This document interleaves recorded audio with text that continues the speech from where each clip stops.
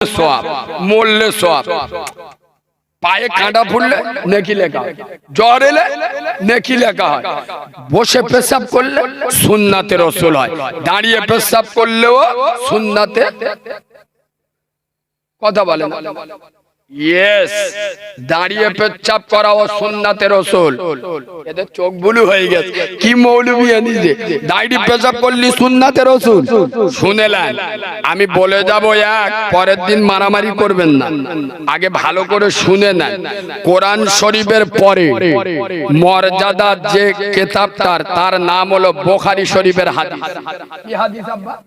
বুখারী শরীফ। ভালো করে শুনেন, এই সহিহ বুখারীতে পেশাবের কোনো হাদিস নাই, একটা হাদিস আছে পেশাবের, একটা, সেটা আবার রাসূলুল্লাহ দাঁড়িয়ে পেশাব করেছেন।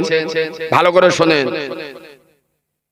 আমি কিন্তু বলি নাই যে রাসূলুল্লাহ দাঁড়িয়ে পেশাব করতেন, আমি বলছি বুখারীতে লেখা আছে রাসূলুল্লাহ দাঁড়িয়ে পেশাব করেছেন। করেছেন আর করতেন দুটো এক না, এক বচন আর বহু বচন। ভালো করে বুঝুন, রাসূলুল্লাহ দাঁড়িয়ে পেশাব করেছেন, ভালো করে শুনুন, কেন? রাসূলুল্লাহ এমন একটা জায়গায় গিয়েছেন যেখানে বসার মতো কোনো স্পেস ছিল না, ওখানে বসে পেশাব করলে পেশাবটা গায়ে লাগবে, কাপড়ে লাগবে, নাপাক হয়ে যাবে, সুতরাং বাধ্য হয়ে দাঁড়িয়ে পেশাব করেছেন।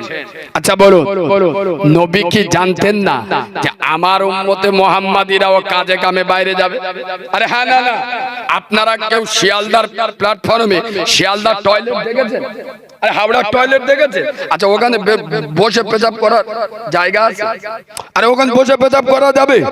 আপনি যদি মস্তানি দিয়ে বলেন এই আমি উম্মতে মুহাম্মাদি, আমি মুসলমান, ও সব গল্প চলবে, আমি বসে পেশাব করব, এখন আপনি বসে গেলে আপনার পাশে যারা দাঁড়িয়ে দাঁড়িয়ে গরুর মতো ঝাড়তেছে, ও তো পাইপ বার করে এমনই স্টার্ট মারতেছে সারা দিয়াল ফেটিয়ে দেবে, তা ও তো দিয়ালে লেগে, আপনি বসেছেন আপনার মাথায় মুখে সব পেশাব ভরে। আর কথা বলে না, তা নবী কি চান যে আমার উম্মতে মুহাম্মাদি অপমানিত হোক?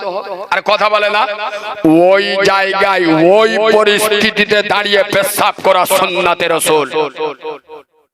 আপনি বোঝেন না, তাই বলে যেখানে সেখানে যেন দাঁড়িয়ে পেশাব করবেন না। শুকরের গোশত খাওয়া হারাম, জান বাঁচানোর ক্ষেত্রে খাওয়া হালাল। না খেয়ে মরে গেলে আত্মহত্যার গুনাহ হবে। ভালো করে বোঝে, অপশন আছে মুসলমান। রাসূলুল্লাহ নামাজে ভুল পড়েছেন, আপনারা বলবেন এত বড় মৌলবী নবীর ভুল ধরেছে। আরে নবী যদি নামাজে ভুল না পড়তো তাহলে নামাজে কিভাবে লোকমা দিতে হবে, কিভাবে ইমাম ভুল করলে সজদা দিতে হবে, নবী যদি উম্মতকে না শেখাতো উম্মত কোত্থেকে শিখতো? রাসূল বলেছে সল্লু কামা রাআইতুমুনি উসাল্লি, নামাজ ওইভাবে পড়ো যেইভাবে আমি রাসূলুল্লাহ আমাকে পড়তে দেখেছো। নবীজি মাঝে মাঝে ইচ্ছা করে ভুল করতো, কেন? উম্মত শিখেলি যে ইমাম ভুল করলে মুক্তাদি কিভাবে লোকমা দেবে, উম্মতকে শেখানোর জন্য। আরে নবী যদি দাঁড়িয়ে পেশাব জীবনে নাও করতো, উম্মত কোনদিন দাঁড়িয়ে পেশাব করতে পারতো না। উম্মতের কাছে নবী অপশন দিয়ে।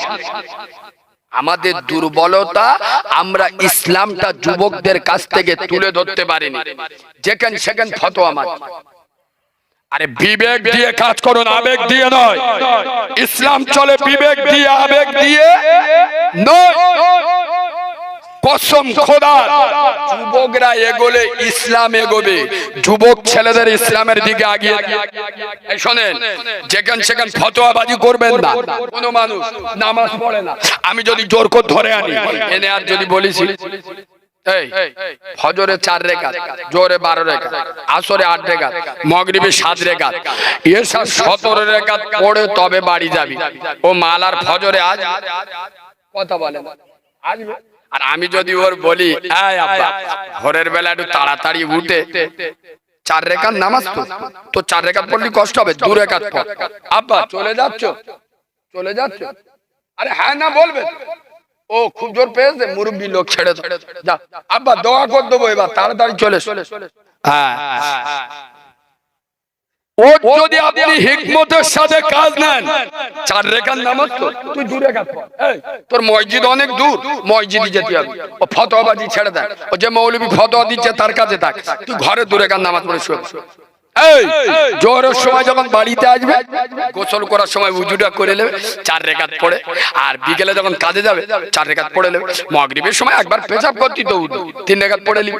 রাত্রে বাড়ি এসে 4 রেখাত আর 3 রেখাত পড়ে শুয়ে পড়বে। কসম খোদার নবীর মেম্বরে বসে বলছি, ফরজটা যদি ওর অন্তরে উঠে যায়, সুন্নত নফল আমনামনি উঠবে না। কেন ফতোয়া দেন?